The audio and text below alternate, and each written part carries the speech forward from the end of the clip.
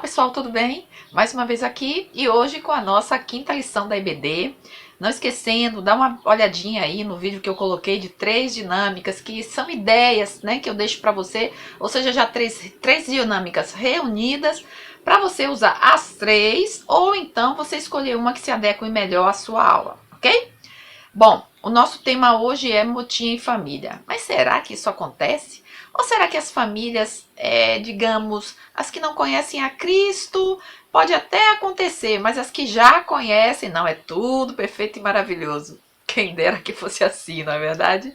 Na verdade, é que nós estamos, poderia dizer assim, com uma influência depois da queda, né, de Adão e Eva. Então a carne, e a carne é justamente essa inclinação para o pecado, para o egoísmo, né, para o desrespeito com o próximo, querer se colocar no lugar do outro, o não aceitar regras. Então, quer dizer, a gente acaba ficando, né, quando a gente não tem esse cuidado, exposto àquilo que nós chamamos pecado, né? Porque, na verdade, pecar, todos nós pecamos, né? Seria uma maravilha se não fosse assim, mas é. E só estaremos livres do pecado, mesmo aqueles que já são lavados, remidos pelo sangue de Cristo, só depois que estivermos com o Senhor Jesus.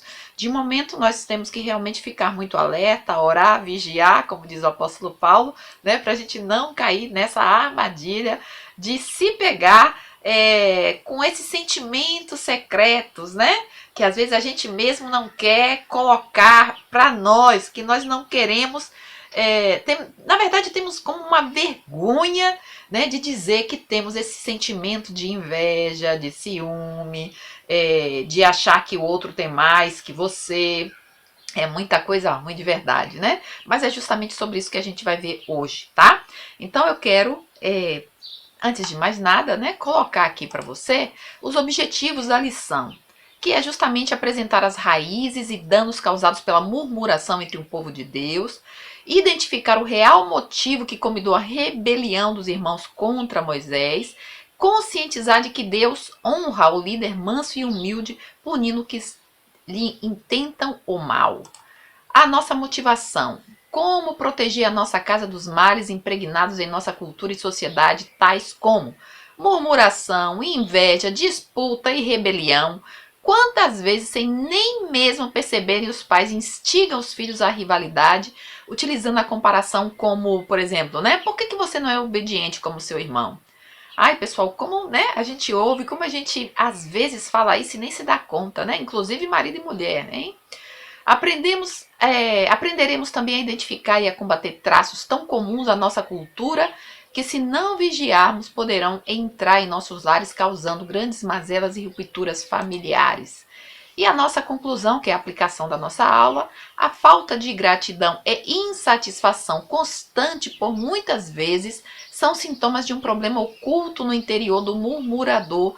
Que saibamos identificar as causas e consequências desse mal, vigiando para que o nosso lar seja um ambiente de paz, no qual cada papel desempenhado no seio da família seja respeitado e apoiado mutuamente, como tão sabiamente o apóstolo Paulo aconselhou aos pais, filhos, esposas e maridos, quanto aos deveres domésticos. Isso você vai ver aí em Efésios, no capítulo 5, de 22 a 33, e no capítulo 6, de 1 a 4.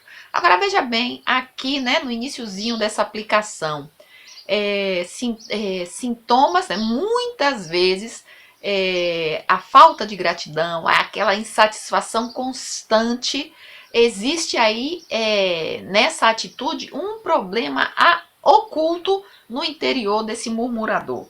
Ou seja, veja, às vezes você está convivendo com uma pessoa e essa pessoa, né, vive constantemente te criticando, sempre tá com a cara feia, com a cara amarrada, tá insatisfeito com alguma coisa.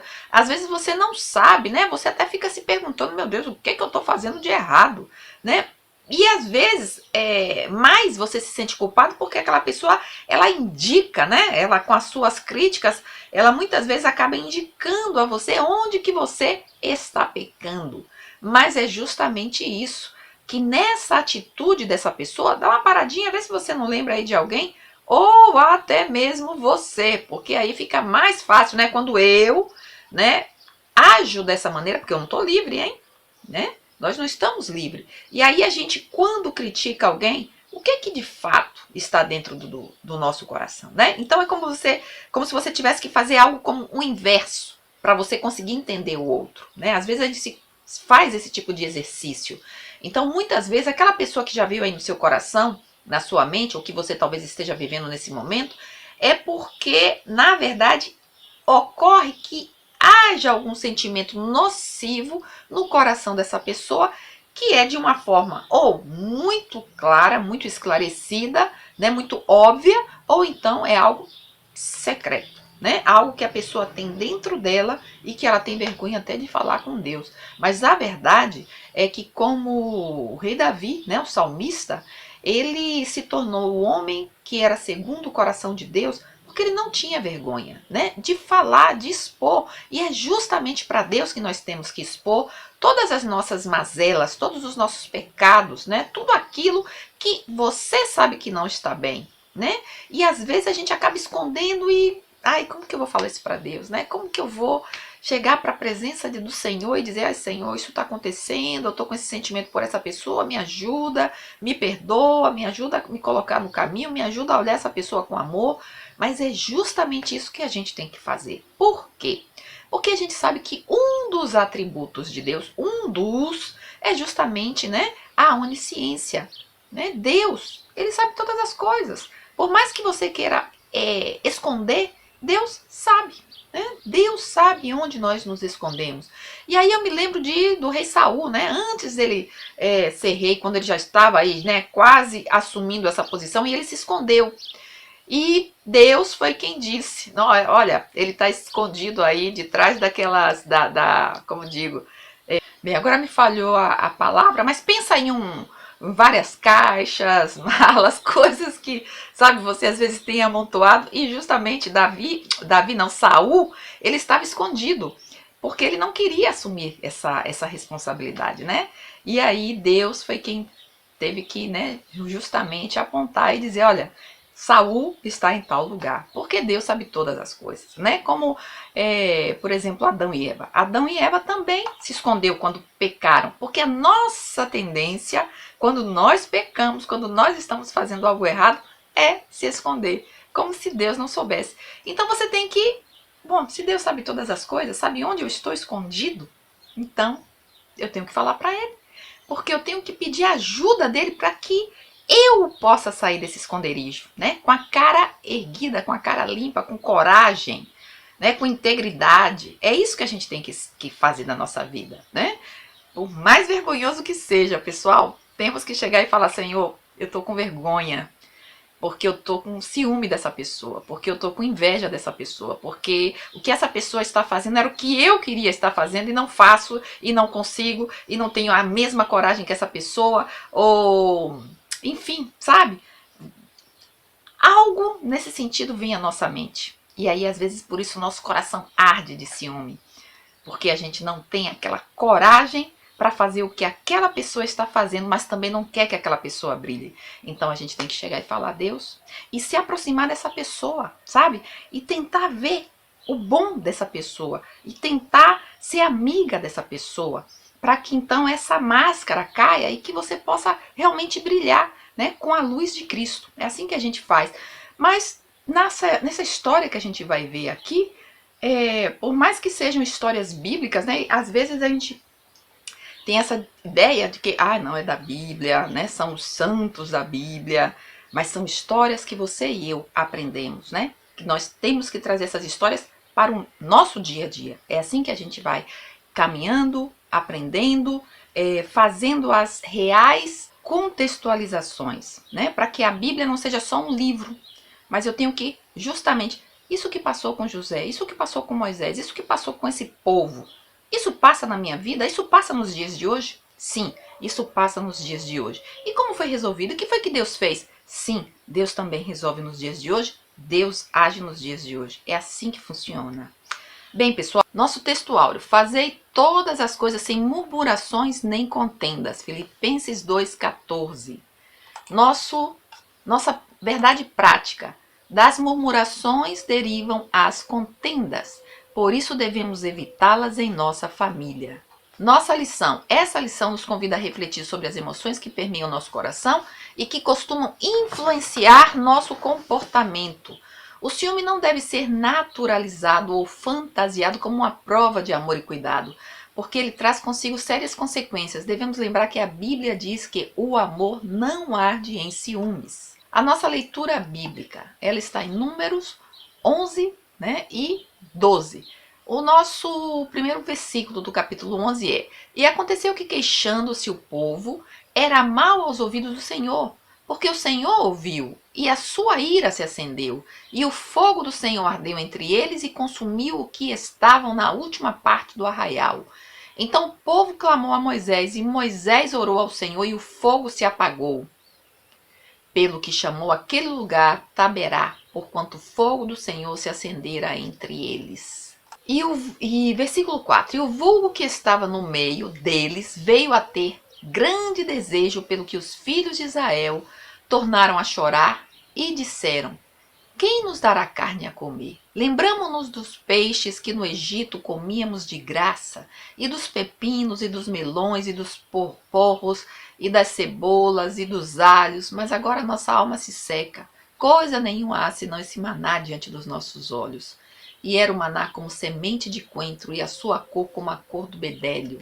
Números 12. E falaram Miriam e Arão contra Moisés por causa da mulher cuxita que tomara, porquanto tinha tomado a mulher cuxita. E disseram: Porventura falou o Senhor somente por Moisés? Não falou também por nós? E o Senhor ouviu. E era o varão Moisés muito manso, mais do que todos os homens que havia sobre a terra. E logo o Senhor disse a Moisés e a Arão e a Miriam: Vós três saí à tenda da congregação. E saíram eles três. Então o Senhor desceu na coluna de nuvem e se pôs à porta da tenda. Depois chamou a Arão e Miriam. E eles saíram ambos. E disse: Ouvi agora as minhas palavras. Se entre vós houver profeta, eu, o Senhor, em visão a ele me farei conhecer, ou em sonhos falarei com ele. Não é assim com meu servo Moisés, que é fiel em toda a minha casa. Boca a boca falo com ele, e de vista, e não por figuras, pois ele vê a semelhança do Senhor. Por que, pois, não tivestes temor de falar contra o meu servo, contra Moisés? A nossa palavra-chave: murmuração. Introdução. A palavra motim sugere a ideia de reunir pessoas para se oporem contra uma autoridade ou contra uma ordem estabelecida.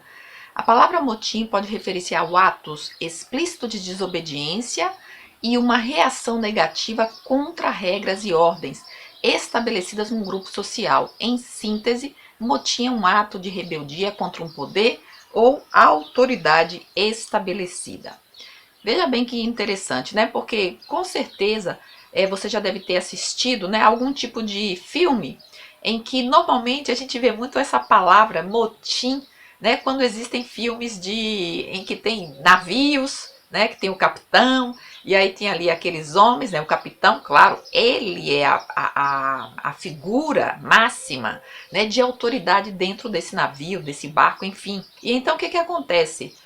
Aquelas pessoas não estão satisfeitas com a sua atuação, não aceitam, e então essa pessoa, né, essas pessoas, às vezes acontece com né, não é todo mundo de vez, mas acaba que pouco a pouco um vai motivando o outro, envenenando os demais para justamente criar esse motim, que é justamente o que eu acabei de falar, né? Pessoas que não estão satisfeitas e então fazem de tudo para destruir aquela autoridade. E aí veja que a gente, né, eu tô falando aqui de motim em relação a navio, a uma nave, algo que você já deve ter assistido, né, em algum filme por aí, mas também a gente vê o maior motim da história, que é justamente um motim sobre a maior autoridade no mundo, que é Deus, né? Hoje o que nós temos visto, né, saindo um pouquinho dessa área da família, é em relação, né, a Deus. As pessoas não aceitam aquilo que Deus coloca para elas, né? Aquilo que Deus ensina, o amor de Deus para com elas. Então, é claro, é como de certa forma, como cada um, quando vive da maneira como quer, que entende, tirando, né, toda a glória de Deus, isso é uma atitude, uma atividade, uma ação de um motim, né, como um motim coletivo. E aí, claro, né, a gente já sabe quem está por trás disso, né? Quem que incentiva, quem que motiva? Porque veja, quando a palavra de Deus aqui nesse texto fala, né, no verso 4, né, que houve aí, né, pessoas estrangeiras que estavam no meio deles, e essas pessoas tiveram esse desejo, né, pessoas que não faziam parte do povo israelita, mas esse povo, essas pessoas que estavam aí, acabou como que influenciando os demais para que eles realmente, né, começassem a pensar: ai não, a gente não sei para que a gente está aqui, o que a gente está fazendo aqui, ai que saudade daquela comida que a gente tinha, né, ali no Egito, né? Então, aquilo que você está recebendo, você não acha que é algo de valor, você não consegue aceitar, né? Seja lá o que está passando na sua vida, e você não consegue dar graças a Deus, né? Você não consegue ter um coração agradecido.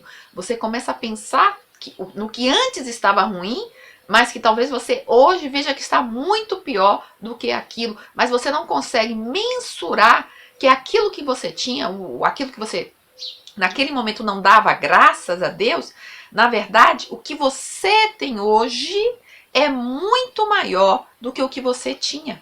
Porque hoje, se você for parar e fazer uma análise real, né, como a gente vê aqui no meio do povo, ou seja, antes eles tinham de verdade, né, o pepino, como eles falaram, a comida, né, tudo que eles comiam, mas acontece que eles não tinham uma boa vida. Eles ali estavam sofrendo, estavam sendo castigados, estavam trabalhando como escravos, né? E por isso eles estavam clamando, chorando, sofrendo. E quando vem essa libertação, eles então, né, que começam a caminhar pelo deserto. E interessante é que toda essa rebelião, esse motim que se assomou, né, que acabou vindo à tona, né, essa queixa, esse reclamar, esse dizer que não tinha o que comer, né, porque, claro, Deus dava o maná para eles e eles não estavam satisfeitos. Então, essa queixa, a gente vê que essa peregrinação pelo deserto, que foi algo que deveria ser muito rápido, na verdade, né, por causa da queixa, da falta de gratidão, porque o que a gente acabou de ler foi que Deus ouviu. E mais uma vez a gente lembra, né, o atributo de Deus. Deus, ele sabe todas as coisas. Deus, ele é onipresente, ele está no nosso meio. Deus, ele vê tudo. Então, esse se queixar, esse reclamar, é que acabou com que o povo regredisse, com que o povo não avançasse com mais rapidez, né? Porque a ira do Senhor se acendeu. Então, quando eu falo sobre que a gente deve fazer essa contextualização, é justamente o que está passando na minha vida, o que eu estou vendo em minha vida e que, ao invés de eu estar agradecendo, porque, claro, algo mudou, as coisas mudaram, mas, e mesmo que não tenha mudado, né? Mas eu estou recebendo, Deus tem me abençoado, mas eu não consigo ver essas bênçãos, né? Que eu, no caso, estou abrindo a minha boca para me queixar, para reclamar, né? O que está acontecendo?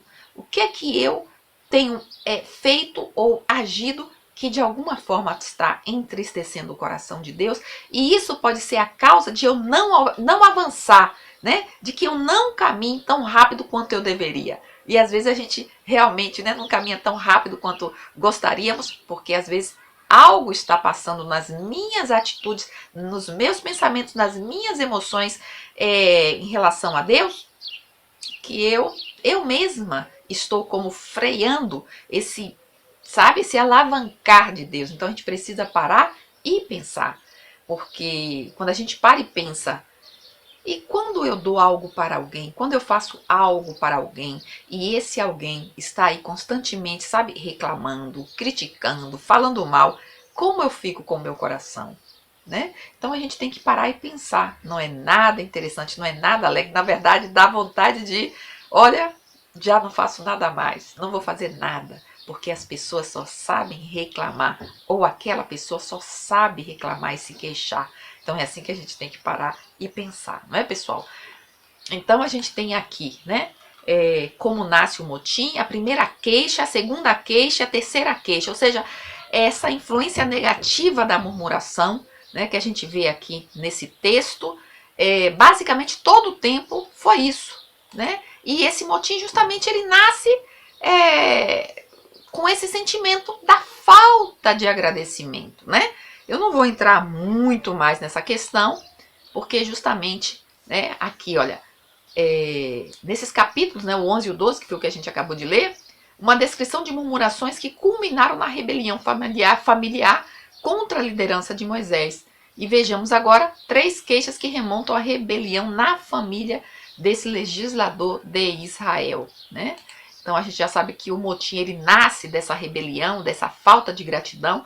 A primeira foi justamente, né, aqui em Números 11:1, que é justamente quando essa murmuração não só entristeceu a Moisés, mas também entristeceu a Deus, né, que havia libertado o povo dessa opressão a qual eles estavam vivendo, e nesse momento eles, ao invés de agradecerem, de reconhecerem, não, né, eles estavam se queixando e reclamando, né?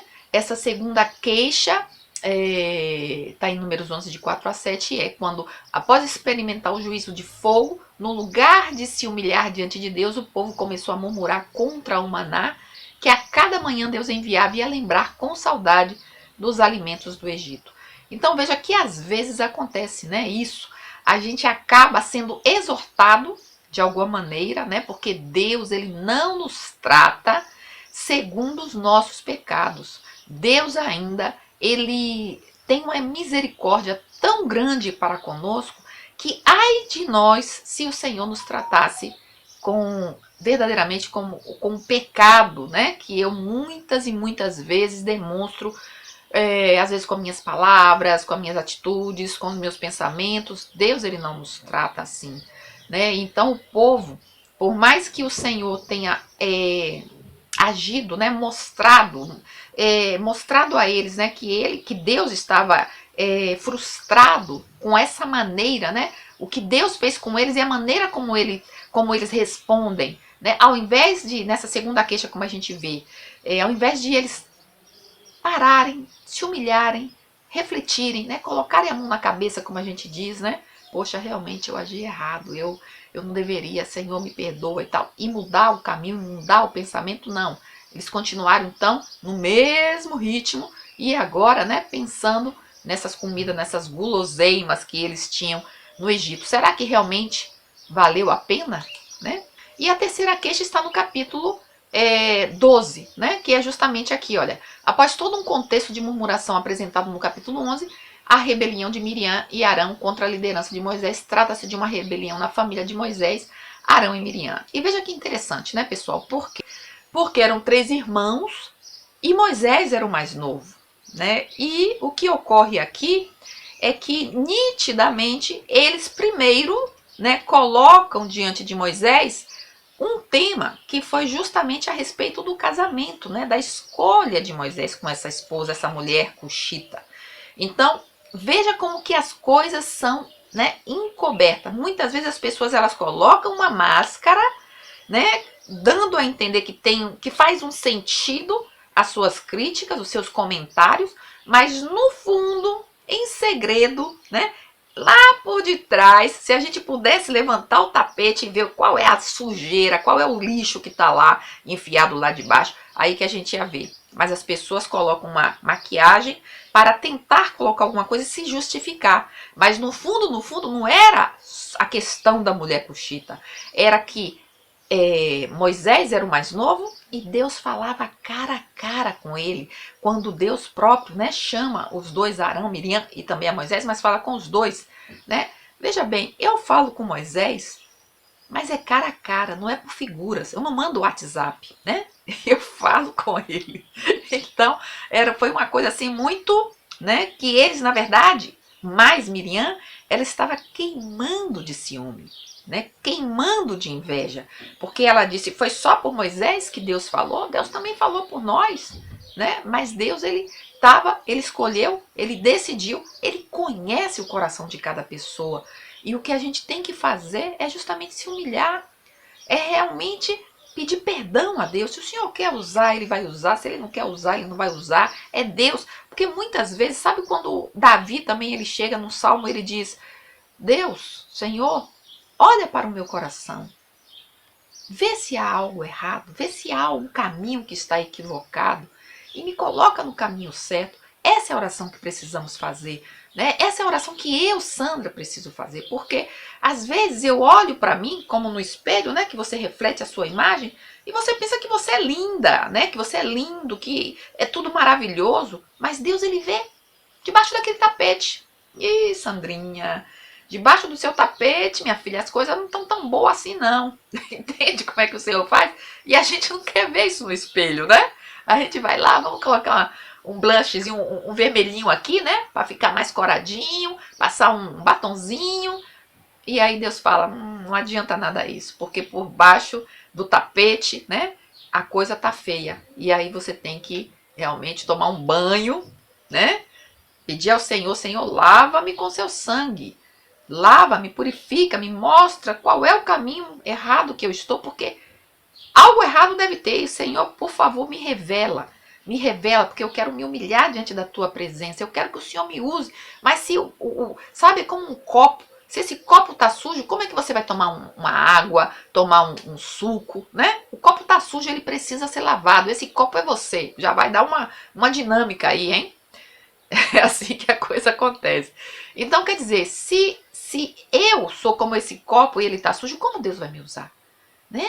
Eu tenho que permitir que o Senhor realmente me limpe, me lave, me purifique. E eu tenho que estar receptiva a isso, né? A humilhar-me e a realmente ver onde que está errado, pedir perdão ao Senhor e levantar limpo, purificados do pecado. Porque o Senhor, lá em 1 João 1,9 diz, se confessarmos os nossos pecados, ele é fiel e justo para nos perdoar os pecados e nos purificar de toda injustiça. É assim fala na palavra. Então, quer dizer, é isso que a gente precisa colocar diante de nós para não cairmos nesse pecado, né? Da inveja, do ciúme, do maquiar as situações, né? Colocando uma vestimenta de justiça, que na verdade de justiça não tem nada, a nossa justiça é Cristo. Amém, pessoal? E aí a gente vai para a nossa primeira sinopse, que diz que os episódios de murmuração estão na origem do motim produzido pelos irmãos de Moisés. O nosso segundo tópico é o motivo da rebelião de Miriam e Arão. Aí, é o que eu falei, foi a inveja, né? O motim familiar que promove dissabores e ofensas. Então, é assim que ocorre, né? Os dois alimentaram a ideia de que a liderança de Israel teria de ser compartilhada com eles. E aqui, por último, né, o motim familiar. Embora Miriam exercesse um papel importante entre o povo como profetisa e conselheira, a gente vê isso em Êxodo 15, ela não poderia voltar-se contra Moisés. Claro, né? Então a gente vê que a origem aí foi justamente o que eu acabei de falar, né? É um coração que não está puro, um coração que está sujo, um coração que o Senhor ainda não entrou. E veja, né, que aqui a Bíblia está dizendo que ela é uma mulher, né, de Deus, uma profetisa, uma conselheira. Então veja, meus irmãos, a depender, né, da posição que eu esteja na igreja, né, eu não posso pensar elevado demais a meu respeito. Por quê? Porque o pecado é que rege esse mundo. Então, como o pecado rege esse mundo, obviamente que se eu não tiver cuidado, se eu não tiver aos pés de Cristo, eu posso cair, eu posso me rebelar, eu posso pecar contra o Senhor, como Miriam fez, né? Ela queria ter essa liderança compartilhada, mas é Deus quem escolhe a liderança. Não sou eu, não é você que escolhemos, é Deus. E Davi sabia disso, né? Eu estou sempre voltando a Davi, por quê? Porque é um outro exemplo, Saul era o rei, e Saul não era um bom rei nos últimos tempos. Então Deus já tinha escolhido Davi. Mas veja, Saul ainda estava reinando. E isso vai muito para aquelas pessoas, né, que são do Ministério de Mulheres, Ministério de Homens, Ministério de Oração, né, e às vezes está ali, né, e às vezes está desanimado, às vezes pensa que alguém está querendo roubar a sua posição, porque as pessoas vão muito nessa coisa de, não, descansa seu coração, relaxa, sabe? É Deus quem governa. E Deus, se Ele escolheu você, Deus ele vai colocar você, porque Deus tem poder para todas as coisas, independente da posição que você esteja, da liderança que você esteja ocupando, do cargo que você esteja ocupando, ou você não está ocupando, ou você gostaria de ocupar, né? Veja que aqui Moisés estava ocupando um cargo e tinham pessoas que achavam que tinha que estar no lugar dele, mas Deus acendeu a sua ira, por quê? Porque Deus, quando ele coloca temos que respeitar. E se esse como Saul não era bom, e esse que você está vendo não era bom, ore, coloque diante de Deus, espere no Senhor, porque o Senhor, ele coloca, ele dá, ele tira, entende? É ele quem faz, é ele. Outro atributo de Deus, ele é todo poderoso. Então eu preciso confiar, eu preciso esperar, por mais que eu pense assim, eu tô qualificado, essa pessoa não tá, olha a besteira que essa pessoa tá fazendo. Espera, é Deus quem age, né? Eu sei que é difícil, mas eu preciso colocar a fé em prática, né? Eu preciso confiar no Senhor. Enquanto os amigos de Davi diziam, Davi, tira esse rei Saul, porque ele não presta para nada, ele é horrível. E Davi dizia, não, eu não posso tocar em Saul, porque se Deus colocou ele e Deus me quer aí, Deus vai tirar ele, Deus vai me colocar. E assim foi. É Deus que tem todo o poder. Eu tenho que, por mais difícil que seja, eu preciso caminhar nessa dependência do Senhor. Amém? E aí a nossa segunda sinopse, que a inveja de Arão e Miriam obteve severo tratamento do Senhor. Por último, Moisés, um homem manso e humilde, o mais manso que havia na terra, o fardo de uma liderança e a punição de Miriam e Arão. Não foi fácil, né? Moisés manso. Engraçado, né, que Moisés aqui, o homem mais manso do mundo. O interessante é que Jesus, ele mesmo fala a respeito dele, né? Quando Jesus diz, aprendei de mim que sou manso e humilde. E era justamente como Moisés era, né? Manso e humilde, mais sobre a terra. E Jesus, a gente não pode nem, né, falar que Jesus era Deus, Jesus é Deus. Mas enfim, pessoal, o primeiro aqui, olha, a Bíblia declara que Moisés era um homem humilde e manso em atitudes. Ele não revidou a atitude de seus irmãos. No Sermão do Monte, Jesus disse, bem-aventurados são os mansos, porque eles herdarão a terra.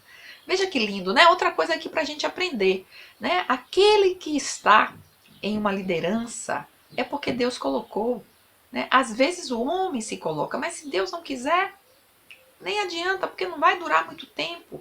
Né? É Deus, quem sabe, é Deus que coloca cada um no seu lugar. E o mais interessante aqui é algo para a gente aprender. Às vezes a gente fica irritado, chateado, né? Quando alguém se levanta com essas críticas. E outra vez eu falo para você aí que é de algum ministério, né? Ministério de mulher, de homem, de diáconos, pastorado, não sei, o que seja, tá? Veja, segue a atitude de Moisés. Deus honrou Moisés, porque uma coisa que a gente precisa aprender é não levar para o lado pessoal. Gente, o lado pessoal é muito fácil a gente levar, a gente fica realmente, sabe, é como a ira que acende no coração de Deus, como se acendeu, se acende no nosso coração muito mais, porque nós somos carnais, pecadores, mas a gente precisa pedir a graça de Deus. Eu não vou levar isso para o lado carnal, eu não vou levar isso para o lado pessoal, eu vou pedir a Deus que me ajude, que esses irmãos, que o Senhor trate eles, né? E vou seguir aqui, se Deus me quer aqui, Ele vai deixar, Ele vai permitir, ninguém vai tomar aquilo que Deus colocou nas suas mãos, amém? O fardo de uma liderança. Houve um momento em sua vida em que o peso da liderança o deixou sem ânimo para continuar a missão de conduzir Israel a terra prometida. Veja que interessante aqui, né? Moisés, ele é escolhido por Deus, mas chega um momento, e às vezes passa isso, né, na liderança, em que são tantas as pressões, né, e às vezes é interessante porque há pessoas que querem tomar o seu lugar como se fosse uma coisa, né, maravilhosa, e não sabe que na verdade é um peso muito grande, né, aquela pessoa que exerce uma liderança. E então, ao invés dessas pessoas que estão de fora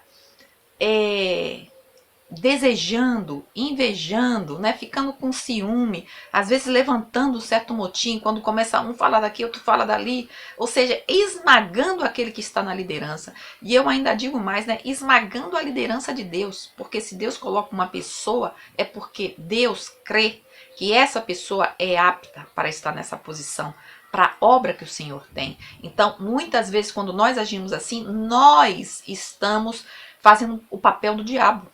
Né? Nós estamos, ao invés de somar, ao invés de ajudar, ao invés de fortalecer essa missão que é de Deus na vida dessa pessoa, na vida do grupo, da igreja, muitas vezes nós estamos minando, né? Estamos trabalhando em favor do inimigo e não do Deus Todo-Poderoso, o qual nós dizemos que amamos. Então nós precisamos também tomar muito cuidado em relação a isso. E o interessante aqui é que na posição de Moisés, o que eu gostei aqui é que Moisés, ele chega para Deus e ele não leva porque... O que é que acontece? Às vezes você está numa liderança e você tá que tem um peso, né? Mas você não compartilha isso com Deus. E Moisés compartilhou. E Deus colocou no coração de Moisés justamente levantar algumas outras pessoas, né? Quando Moisés então levanta 70 anciãos para dividir essa carga com ele. Moisés, ele compartilhou, né? Depois de ter falado com Deus sobre o peso que ele estava carregando, ele compartilhou com essas pessoas. Então, na nossa família, muitas vezes não, né? Justamente assim, o pai, a mãe, né? Eles têm uma carga muito pesada, cada um na sua posição, né? Então, a gente precisa realmente saber que quando uma família ela é influenciada pelo poder de Deus, pelo poder do Espírito Santo, então já não existe mais desrespeito, não existe desunião, não existe ciúme, não existe inveja, não existe qualquer tipo de sentimento de motim, né? Mas as pessoas sabem, eu sempre gosto muito de falar, né, que a família, ou com quem eu estou, com quem eu estiver, nós precisamos trabalhar em equipe, somos uma equipe, para que um possa ajudar o outro, né? Uma coisa bem assim, talvez possa até que você ria, né? Mas, por exemplo, às vezes eu vejo, né, uma mãe que está ali fazendo a comida, né? Fez a comida e tal, todo mundo comeu, maravilhoso, perfeito. E aí pede para um filho ou para um marido, né, digamos, que ajude a tirar a mesa ou que lave um prato, alguma coisa, e a cara já cresce, né? Então, veja, isso não é equipe, né? A família como equipe é justamente, olha, você faz uma coisa, eu faço, independente do que quem fez algo, mas se você está livre, se você está disponível nesse momento, é abrir um espaço para tentar tirar o peso, tirar a carga daquele outro. Justo como, né, Deus falou para Moisés, chama 70 que possam ajudar você com essa carga, com esse peso. Então é a mulher ajudando o marido com a carga que ele leva, o marido com a carga que a mulher leva, os filhos, os seus pais. E é assim que a gente vai trabalhando, é assim que precisamos caminhar. Nesse último tópico aqui, a punição de Miriam e Arão, veja que a rebelião provocada pela inveja de Miriam e de Arão contra a liderança de Moisés acendeu a ira do Senhor. Por isso eles foram convocados juntamente com Moisés para fora da tenda.